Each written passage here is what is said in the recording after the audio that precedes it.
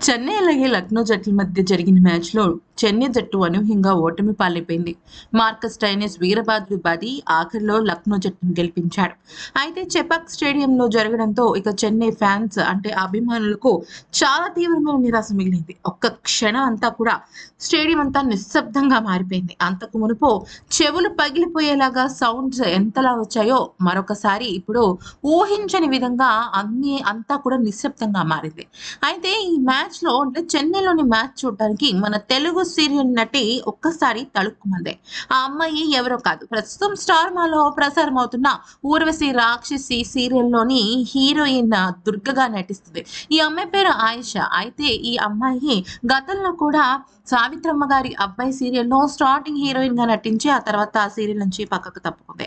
అయితే ఇక ఇప్పుడు తాజాగా చెన్నై జట్టు అభిమానిగా వెళ్ళిన తను చెన్నై జట్టు ఓటమి పాలవ్వడంతో చాలా బాధగా ఫీల్ అయ్యి ఇదే విషయాన్ని తన సోషల్ మీడియా వేదికగా ఇన్‌స్టాగ్రామ్‌లో పోస్ట్ చేసింది.